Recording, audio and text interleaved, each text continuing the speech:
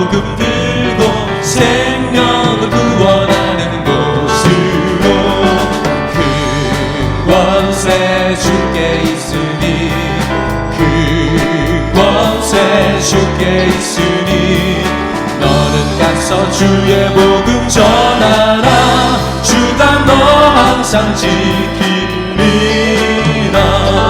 구원의 문은 넓게 열렸으니 십자가 군병 일어나노라 너희의 힘을 하나로 뭉쳐서 죄악의 쇠사슬을 끊어라 큰 권세 주께 있으니 큰 권세 주께 있으니 너는 가서 주의 복음 전하라 주가 너 항상 지키리라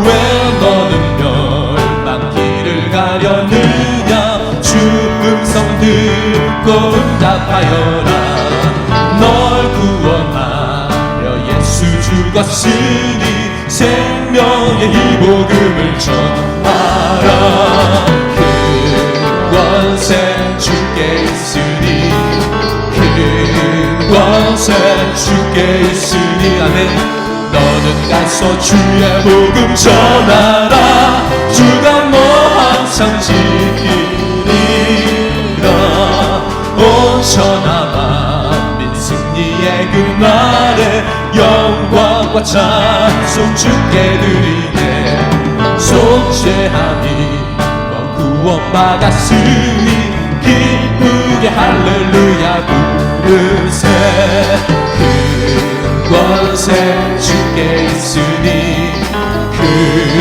권세 주께 있으니 아멘 너는 가서 주의 복음 전하라 주가 너 항상 지키리 큰 권세 큰 권세 주께 있으니 큰 권세 주께 있으니 너는 가서 주의 복음 전하라 주가 너 항상 우리 다시 한번 선포합시다 큰 권세 큰 권세 주께 있으니 큰 권세 주께 있으니 아멘 너는 가서 주의 복음 전하라 주가 너 항상 지키 한 번 더 선포합니다 큰 권세 큰 권세 주께 있으니 큰 권세 주께 있으니 너는 가서 주의 복음 전하라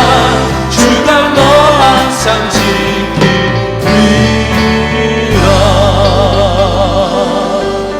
아멘 2020년 8월 18일 수요 예배에 나온 여러분을 주님의 이름으로 축복하고 환영합니다.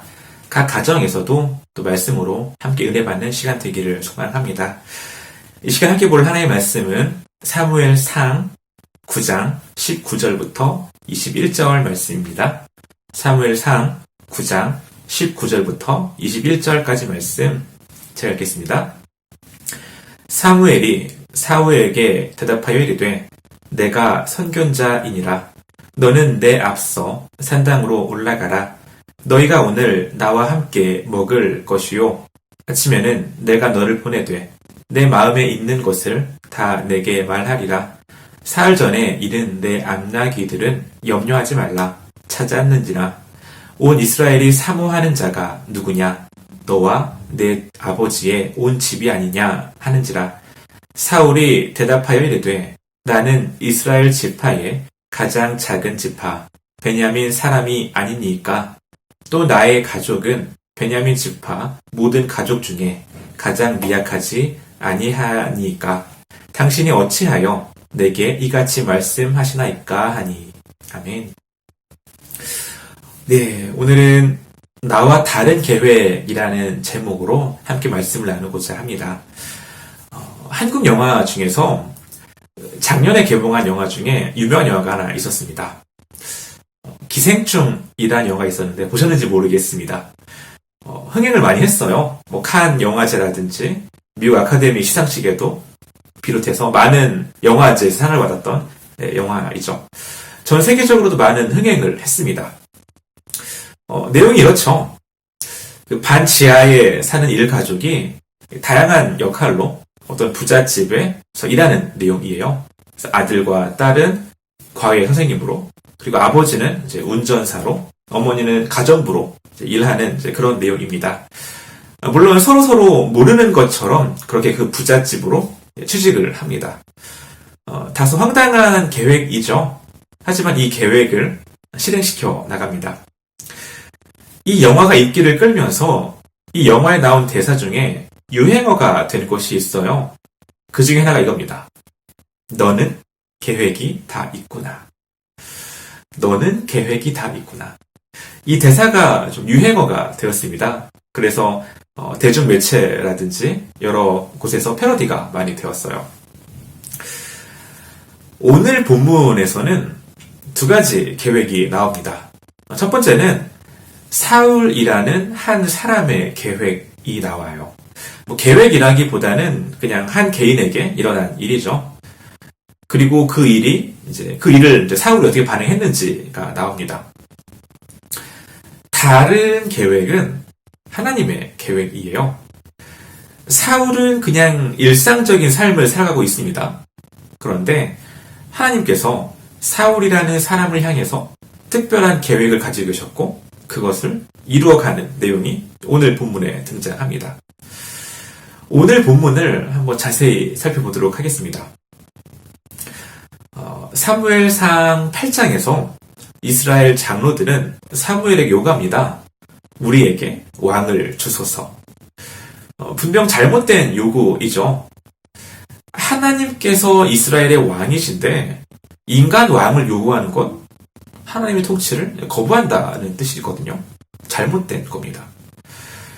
참 가슴 아픈 건 하나님께서 이러한 요구들을 들어주십니다. 마치 이런 거죠. 아이들이 장난감을 사달라고 합니다. 부모님한테. 부모님 생각에 필요한 건 사주는데 필요하지 않은 거는 좀 아깝죠. 괜히 사줘봐야 얼마 놀지도 않고 실증 날 것이 뻔합니다. 안 사주죠. 근데 아이가 때를 씁니다. 사달라고. 그러면 부모님께서 안 사주려고 하시다가 사주세요. 하지만 사주면서 알죠. 얘 분명 이거 얼마 안 돼서 실증 날 거 분명하다. 하지만 그럼에도 불구하고 아이가 후회할 걸 알지만 또 아이를 사랑하는 마음에 그 순간 사줍니다. 이스라엘에게 왕을 주어봐야 이스라엘은 분명 후회할 겁니다. 그래도 이스라엘 사람들은 그렇게나 왕을 원합니다. 그러자 하나님께서 왕을 세워주시기로 결정하시죠. 그러면서 갑자기 지금까지는 등장하지 않았던 한 가족의 이야기가 나옵니다. 오늘 말씀 9장 1절 2절을 보겠습니다. 베냐민 지파에 기스라 이름하는 유력한 사람이 있으니 그는 아비엘의 아들이요 스롤의 손자요 벨고랏의 증손이요 아비야의 현손이며 베냐민 사람이더라. 기스에게 아들이 있으니 그의 이름은 사울이요 준수한 소년이라. 이스라엘 자손 중에 그보다 더 준수한 자가 없고 키는 모든 백성보다 어깨 위만큼 더 컸더라.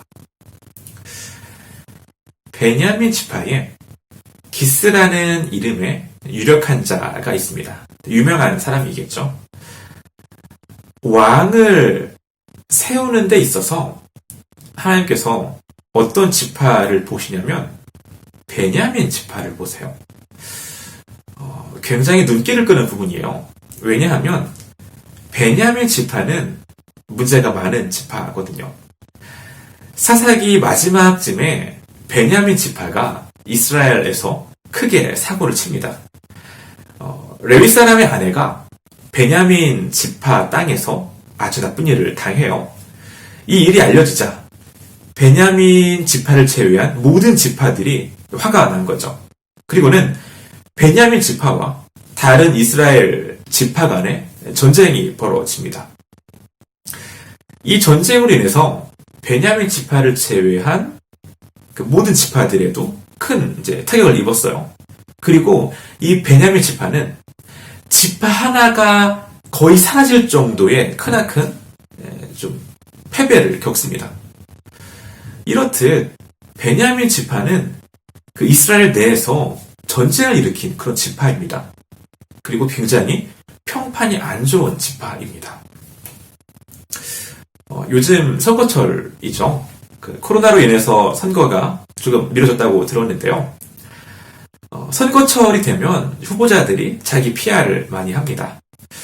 이것은 잘 모르겠습니다만 한국 같은 경우에는 후보자들이 명함을 돌리죠. 그 명함에 보면은 이런 내용들이 있습니다. 어느 지역 출신인지, 어느 학교를 졸업했는지, 또 어느 정당에서 무슨 일을 했는지 이런 내용들이 적혀 있죠. 어디 출신인지가 굉장히 중요하죠. 하다못해 지역 의원을 뽑는 것도 어느 출신인지가 중요한데요. 지금 이스라엘은 왕을 세우는 거잖아요. 원래 왕이 있던 것도 아니고 지금 초대 왕을 세우고 있습니다. 그런데 지금 하나님께서는 베냐민 사람을 염두에 두고 계십니다. 우리가 생각할 때는 참 이해가 안 가는 부분이에요. 좋은 가문에 좋은 배경의 사람이 왕이 되는 것이 우리에게는 자연스럽습니다. 그런데요, 여기에서 생각해 볼 부분이 있습니다. 이미 이스라엘은 좋은 배경의 차세대 리더들에게 2번이나 실망한 적이 있습니다. 먼저는 대제사장 엘리의 아들들이었죠. 엘리가 어떤 집안이냐면 초대 대제사장인 아론의 후손입니다. 집안만 따지자면 차세대 리더로서 수색이 전혀 없는 집안이에요. 뼈대가 있는 집안이죠. 하지만 이스라엘은 이미 경험했습니다. 엘리의 2 아들들이 얼마나 형편이 없었는지 그들은 경험했습니다. 또 이스라엘은 비슷한 일을 겪었었죠. 바로 사무엘의 2 아들들 때문에요. 사무엘은 명실을 상부한 훌륭한 사사이자 훌륭한 선지자였습니다. 그런데 사무엘의 뒤를 이어 사사가 된 이 2 아들은 사무엘만 못했죠. 비할 바도 안 되고 형편이 없는 사람들이었습니다. 그럼에도 불구하고 사람들은 집안이나 출신, 배경을 중요시합니다. 사람들은 사람을 그냥 있는 그대로 보기보다는 배경, 집안을 중요하게 바라봅니다. 그런데요, 하나님께서는 배경이든 출신이든 이런 것들을 크게 신경 쓰지 않으십니다. 하나님께서 주목하시는 것은 그 사람이 어떤 사람인지를 주목하고 계세요. 사울이라는 사람이 사실 내세울 게 없는 사람이거든요.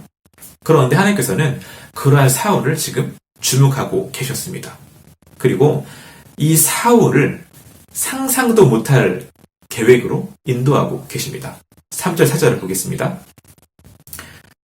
사울의 아버지 기스가 암나귀들을 잃고 그의 아들 사울에게 이르되 너는 일어나 한 사환을 데리고 가서 암나귀들을 찾으라 하매 그가 에브라임 산지와 살리사 땅으로 두루 다녀 보았으나 찾지 못하고 사알림 땅으로 두루 다녀 보았으나 그곳에는 없었고 베냐민 사람의 땅으로 두루 다녀 보았으나 찾지 못하니라. 사무엘상 9장을 읽어보면 이런 느낌이 듭니다. 지금 이스라엘은 나라의 첫 번째 왕을 세우려는 하나님의 커다란 계획이 이루어가는 그런 내용이에요. 그런데 정작 그 계획 가운데 있는 사울의 삶은 굉장히 소박합니다. 그냥 일상적인 삶을 살아가고 있어요. 일단 시작이 이렇습니다. 사울의 아버지가 암나귀를 잃어버립니다. 그래서 자신의 아들인 사울에게 사원과 함께 가서 그 암나귀를 좀 찾아오라고 합니다. 충분히 그럴 수 있어요. 왜냐하면 암나귀는 중요한 동물입니다. 당시에 짐이나 사람을 나르는 용도로 사용되었던 동물이고요.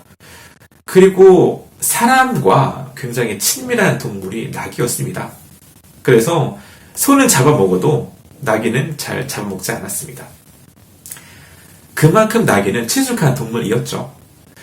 그런 낙이를 잃어버렸으니 찾는 것은 당연하겠죠. 그래서 사울은 아버지 명령에 순종하여서 사환과 함께 낙이를 찾아 길을 떠납니다. 여기저기 찾아다닙니다. 그런데 아무리 찾아다녀도 낙이가 없습니다. 그래서 사울이 사환에게 말하죠. 야, 집으로 돌아가자. 아버지께서 낙이는 고사하고 우리 때문에 걱정하시겠다. 5절을 볼까요? 그들이 숲 땅에 이른 때에 사울이 함께 가던 사원에게 이르되 돌아가자. 내 아버지께서 암나기 생각은 고사하고 우리를 위하여 걱정하실까 두려워하노라 하니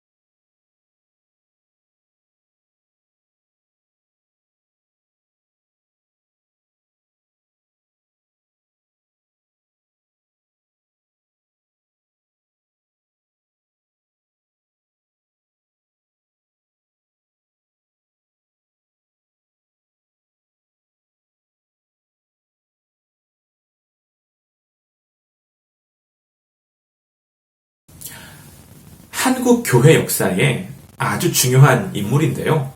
별로 알려져 있지 않은 인물이 있습니다. 바로 이수정이라는 분인데요. 이 이수정이라는 분은 1882년에 조선에서 일본으로 수신사로 파송된 인물입니다. 당시 조선의 관리였죠. 조선에서 이수정을 일본으로 보낸 이유는 농업을 배워오라고 보냈습니다. 당시에 일본은 이 농업 기술이 조선보다 한 세기 앞서 있었어요. 그래서 이수정은 국비로 일본에 가서 일본의 농업학자인 쯔다센 밑에서 농업을 배우기 시작합니다. 그런데 이수정의 스승인 이 쯔다센이 기독교인이었어요. 이수정은 이 쯔다센이라는 인물이 너무 좋았습니다. 그래서 이 쯔다센으로부터 농업을 배우는 한편 이 사람의 믿는 하나님에 대해서 관심이 있었죠. 그리고 이 쯔다센이 준 성경을 읽고 연구하다가 이수정은 기독교 신앙을 갖습니다. 그리고 기독교인이 되고 6개월이 채 되지 않아 일본 도쿄의 노월정 교회에서 세례를 받습니다. 그리고 이 이수정이 미국 선교부에 편지를 보내요. 자신의 조국인 조선에 선교사님들을 보내달라고 미국의 선교부에 요청을 합니다. 이수정의 편지는 미국의 선교 잡지에 실립니다. 그리고 그 당시에 언더우드를 비롯한 유망한 젊은이들이 그 글을 읽습니다. 실제로 언더우드는 이 편지를 읽고 감동을 받아서 또 한국행을 결정하는데 큰 역할을 하죠. 또한 이수정은 성경 번역의 필요성을 느꼈습니다. 그래서 미국 성서공회의 도움을 받아서 한문 성경을 우리말 성경으로 번역을 합니다. 아직 정식으로 선교사가 오기 전에 일본에서도 성경이 한국어로 번역되고 있었습니다. 놀라운 일이죠. 한편 미국에서 파송받은 이 언더우드 선교사는 한국에 가기 전에 먼저 일본에 도착합니다. 그래서 2달간 이수정으로부터 한국어를 배우고 한국 상황을 듣고 이수정이 번역한 마가복음을 가지고 아펜젤러와 함께 재물 보러 옵니다. 우연일까요? 인간의 생각에는 우연이라 할 수도 있습니다. 우연히 이수정이라는 사람이 국비로 농업을 배우기 위해서 일본에 갑니다. 우연히 쯔다센이라는 기독교인 농업학자를 만납니다. 우연히 쯔다센으로부터 성경을 듣고 기독교인이 되었습니다. 그리고 우연히 선교부에 편지를 보냅니다. 그리고 그 편지를 우연히 언더우드가 읽고 한국행을 결심을 합니다. 그리고 일본에 와서 이수정을 만나서 한국어를 배우고 성경을 들고 한국에 갑니다. 이 모든 것이 우연일까요? 아니죠. 하나님의 계획이죠. 우리는 그것을 하나님의 섭리라고 부릅니다. 하나님께서 일하시는 방식은 보통 이런 식이더라고요. 물론 하나님께서 말도 안 되는 초자연적인 일을 일으키시기도 합니다. 홍해를 가르시듯 강권적으로 역사를 일으키시기도 하세요. 그런데 많은 경우에 우리의 삶에서는 이렇게 우연인 듯 아닌 듯 역사하세요. 사울이 사무엘을 만날 것을 계획하고 떠났겠습니까? 아니죠. 사울은 사무엘이 누구인지도 몰랐습니다. 단지 사울은 잃어버린 나귀를 찾으러 길을 떠났죠. 그런데 그 모든 과정이 사실은 하나님의 계획 가운데 있었습니다. 사울은 이렇듯 아직까지는 별 다른 생각 없이 선지자 사무엘을 찾아 떠납니다. 단지 잃어버린 나귀를 찾아 떠납니다. 자, 그렇게 사울은 사무엘을 만나러 산당으로 갔습니다. 그런데 사무엘은 사울이 도착하기 전에 이미 하나님으로부터 말씀을 듣습니다. 15절부터 17절입니다.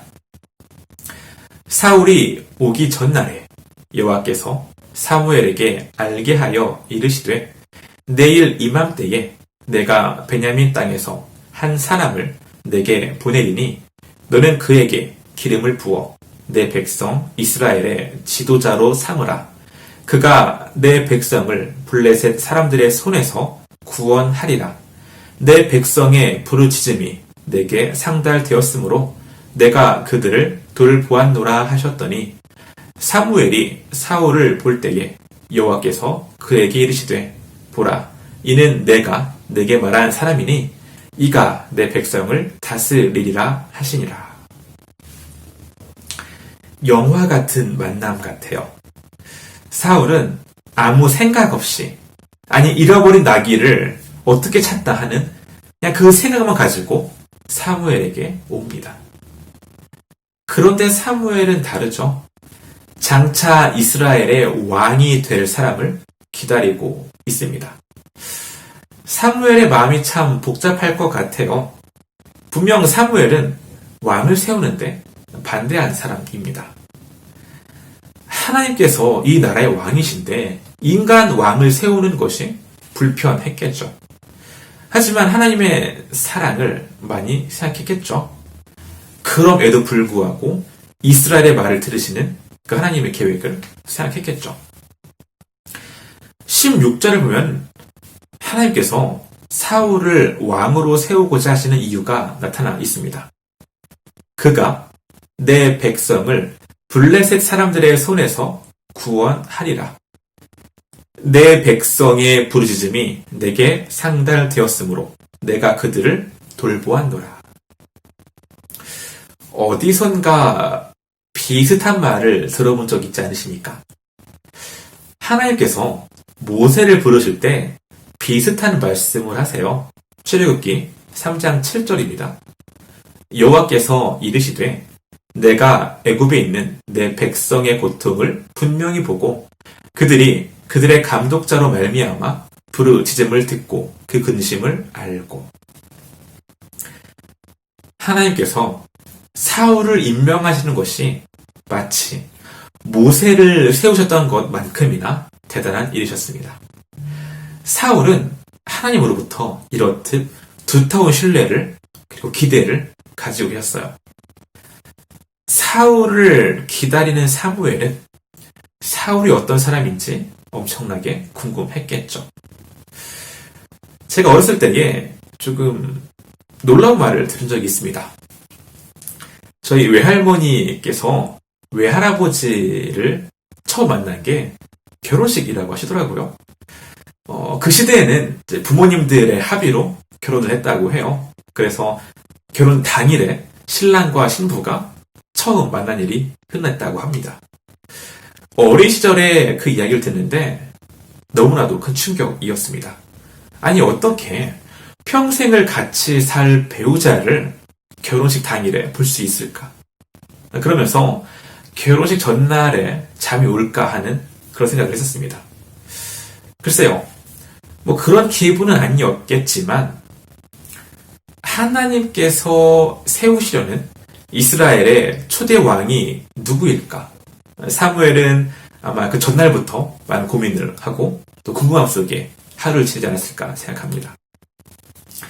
마침내 사울과 사무엘이 만납니다. 역사적인 만남이죠. 사울이 묻습니다. 사무엘이 누구인지 모르니까 묻는 거죠. 여기에 선견자의 집이 어디입니까? 묻습니다. 그러자 사무엘이 말합니다. 네가 찾는 사람이 바로 나다. 그러면서 이런 말을 해요. 20절 보겠습니다. 사흘 전에 잃은 내 암나기들을 염려하지 말라. 찾았느니라. 온 이스라엘이 사모하는 자가 누구냐? 너와 내 아버지의 온 집이 아니냐 하는지라. 네가 암나기를 찾으러 왔다는 거 알고 있다. 걱정하지 마라. 지금 나귀 때문에 고민할 때가 아니다. 온 이스라엘이 너와 내 집에 기대를 걸고 있다라고 말합니다.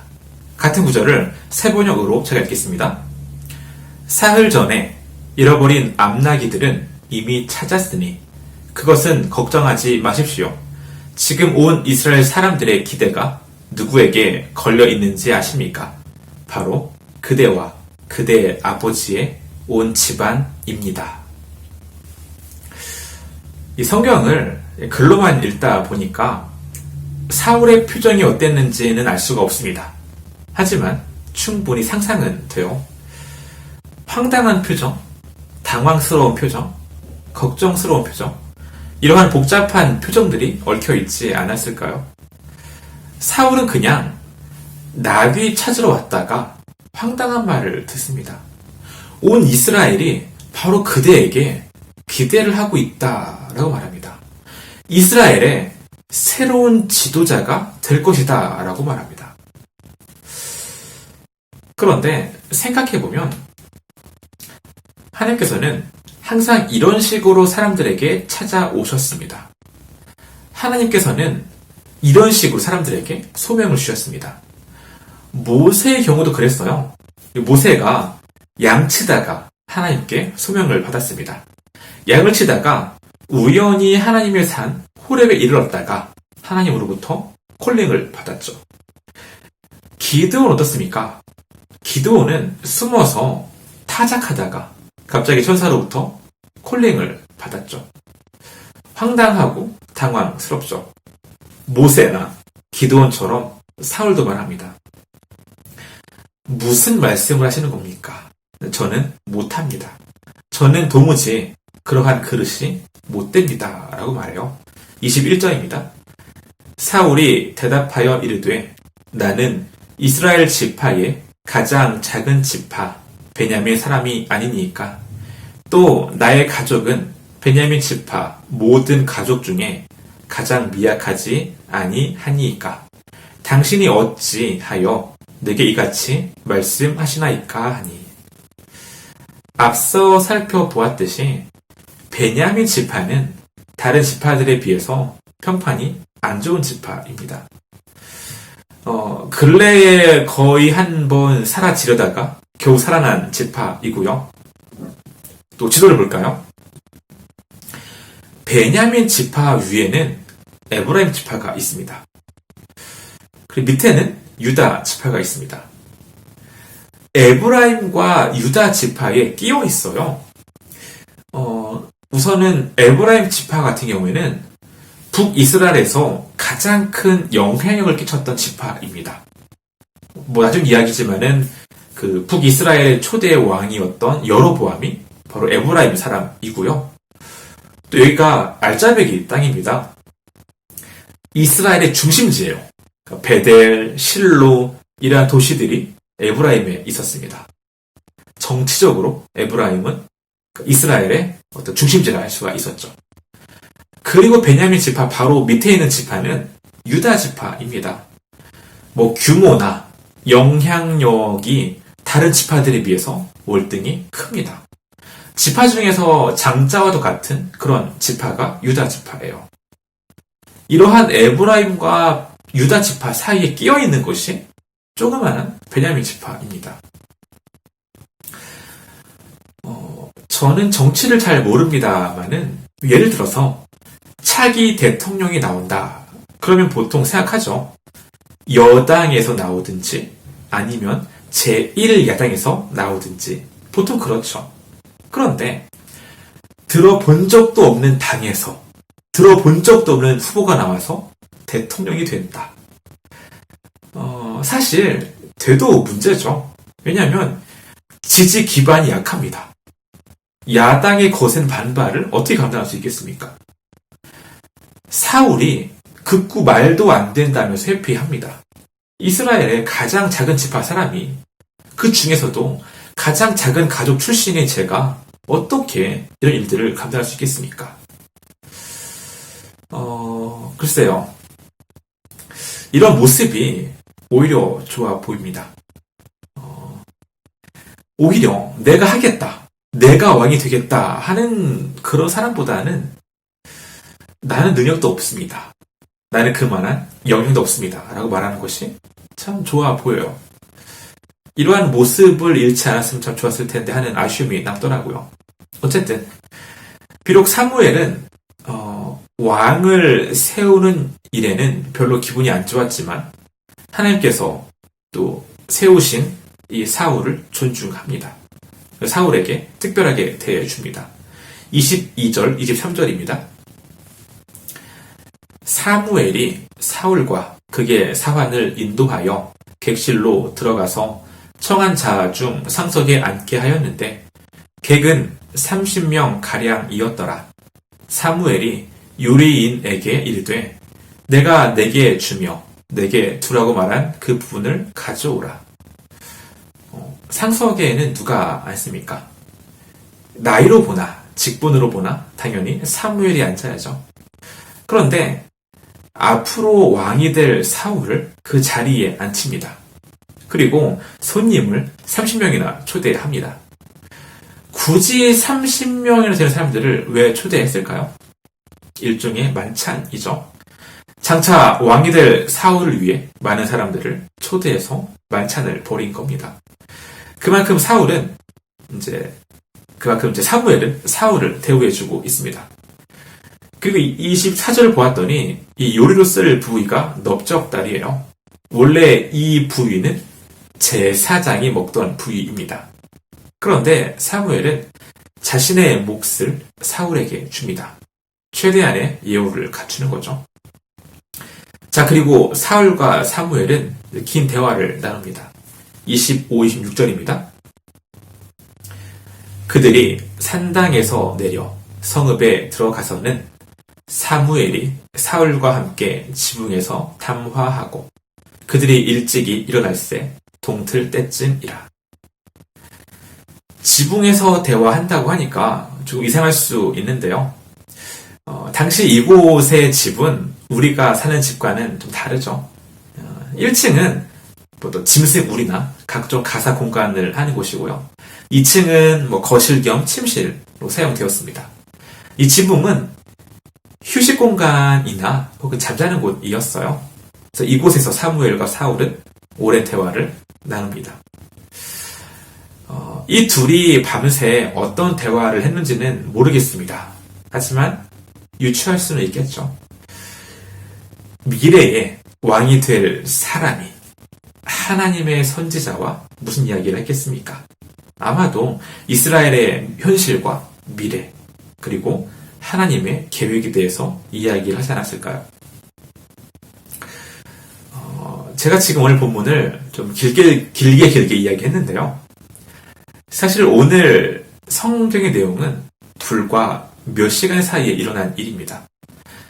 사울 입장에서는 나귀를 찾아 떠날 때만 하더라도 이런 일이 벌어지리라고는 상상도 못했을 겁니다.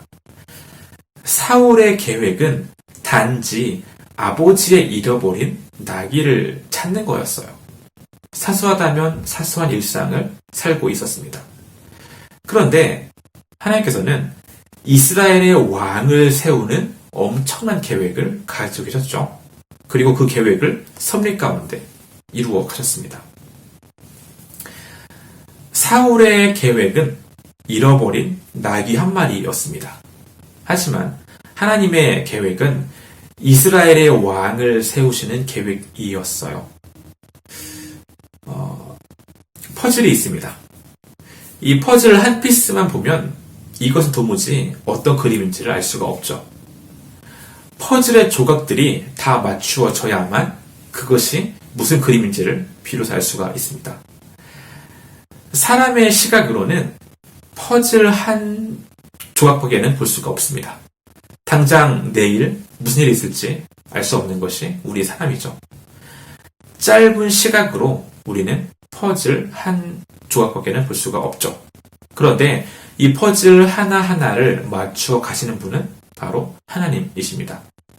우리 인생 전체를 이미 보고 계시죠.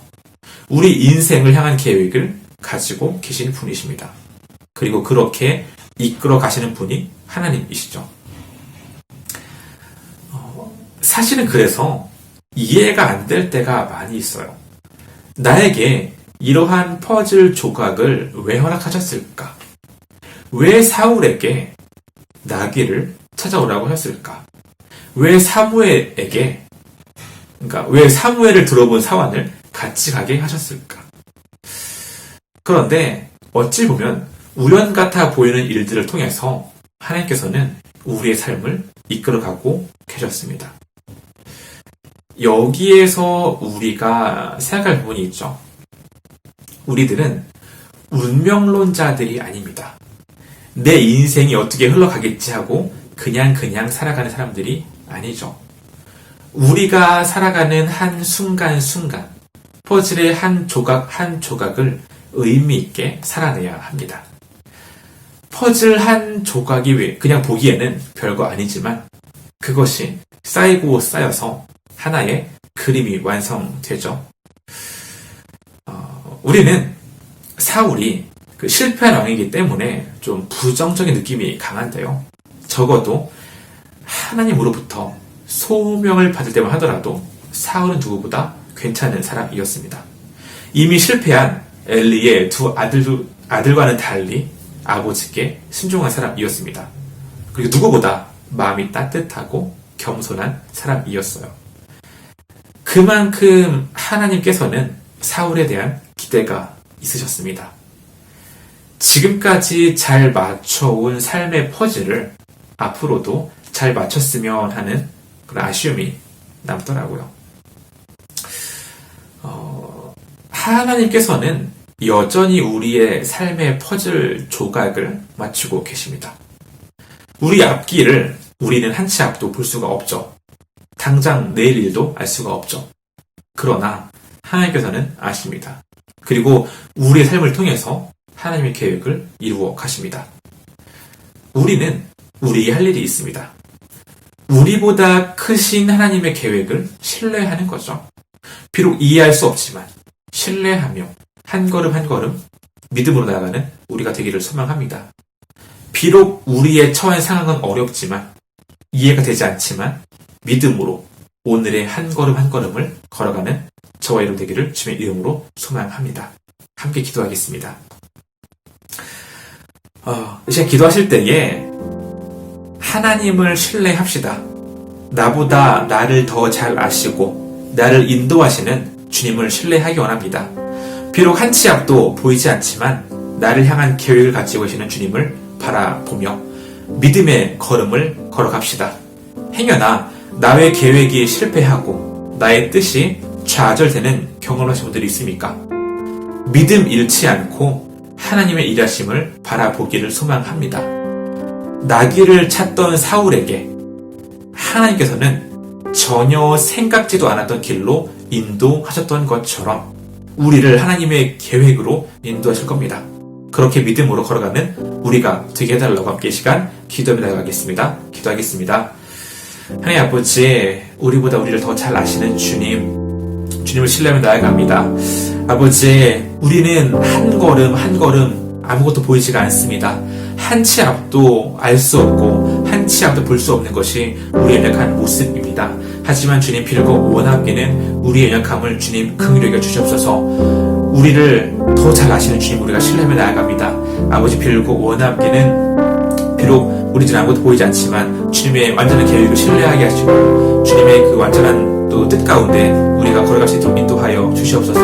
아버지, 하루하루의 삶을 믿음을 걸어가기 원합니다. 비록 우리는 다 알 수 없지만 아버지를 신뢰하며 믿음을 걸어갈 수 있도록 앞으로 인도하시고 붙들어 주시옵소서. 또한 빌고 원하기는 모든 일들 가운데 주님을 신뢰케 하여 주시옵소서. 주님을 신뢰함으로 주님을 향한 믿음 잃지 않고 살아가는 우리가 될 수 있도록 하여 주시옵소서.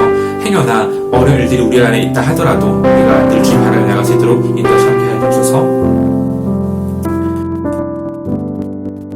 이 시간 한 번 더 기도하기 원합니다. 기도하실 때에 이 코로나로 힘든 일들을 위해서 기도합시다. 우리 각 가정을, 우리 각 또 사업체를, 우리 교회를 지켜달라고 기도합시다. 이런 일들 가운데 우리 가정이 무너지지 않게 해달라고, 우리 사업에 어려움이 있지 않게 해달라고 함께 이 시간 기도하기 원합니다. 또한 온라인으로 예배를 드리고 있습니다. 온라인으로 예배를 드리는 것이 힘들고 어렵지만 그 가운데 주님의 은혜가 함께 해달라고 함께 기도합시다. 우리 교회를 지켜달라고, 우리 교회의 또 각 가정을 지켜달라고, 또 우리 다음 세대가 또 주님의 뜻 안에서 건강하게 세워져 갈 수 있도록 위에서 함께 시간 함께 기도하기 합니다. 기도하겠습니다. 하나님 아버지, 또 온라인 상황 가운데 이렇게 예배를 드립니다. 아버지, 빌고 원함께는 비록 상황이 힘들고 어렵지만 우리가 믿음을 잃지 않도록 인도하여 주시옵소서. 빌고 원함께는 이런 일들 가운데 더 주님을 신뢰케 하시고 주님을 더 큰 계획과 더 큰 그림을 바라며 나가는 우리가 될 수 있도록 인도하여 주시옵소서. 행여나 이런 일 가운데 또 우리 가정이 힘들지 않도록, 우리 사업이 힘들지 않도록 인도하여 주시옵소서. 또 빌고 원함께는 또 더 신뢰하며 이 어려움들을 이겨나갈 수 있도록 들어주시옵소서. 또한 다음 세대를 기억해 주시옵소서. 온라인을 들어준 예배들 가운데 아버지께서 함께 하시고 각 가정마다 주님의 은혜가 가득할 수 있도록 인도하시고 붙드시고 함께 해주옵소서. 우리 교회를, 우리 가정을 더 나아가 이 나라를 지키시고 붙드시고 함께 하옵소서. 인도해 주옵소서. 하나님 감사합니다. 한 치 앞도 볼 수 없고 한 치 앞도 알 수 없는 것이 우리의 삶입니다. 그래서 답답한 것이 사실입니다. 그러나 하나님께서 우리의 삶 전체를 주관하고 계심을 기억하게 하시옵소서. 그저 나귀를 찾아 떠난 사울에게 이스라엘이라는 나라의 비전을 갖게 하셨음을 기억합니다. 행여나 오늘 나의 계획이 실패하더라도 주님의 더 큰 계획을 바라보게 하시옵소서. 그래서 나보다 높고 완전하신 하나님의 계획을 신뢰하며 주어진 한 걸음 한 걸음을 믿음으로 걷게 하시옵소서. 코로나 사태로 다시금 모든 계획들이 어그러진 상황 가운데 있습니다. 그러나 주님 바라보며 우리의 모든 어려움들을 견디고 이기게 하시옵소서. 행여나 어려움 당한 가정이 있습니까? 주님 바라보게 하시고 주님의 능력으로 이기게 하여 주시옵소서. 우리 교우들의 가정을, 우리 교회를, 이 나라를 지켜 주시옵소서. 감사드리며 예수님 이름으로 기도드립니다. 아멘. 이제는 우리 주 예수 그리스도의 은혜와 하나님의 사랑과 성령의 교통하심이 나를 향한 하나님의 계획을 신뢰하며 믿음으로 반응하기로 다짐하는 광명교회 모든 교우들과 그들의 삶과 가정 가운데 함께 있을지어다. 아멘.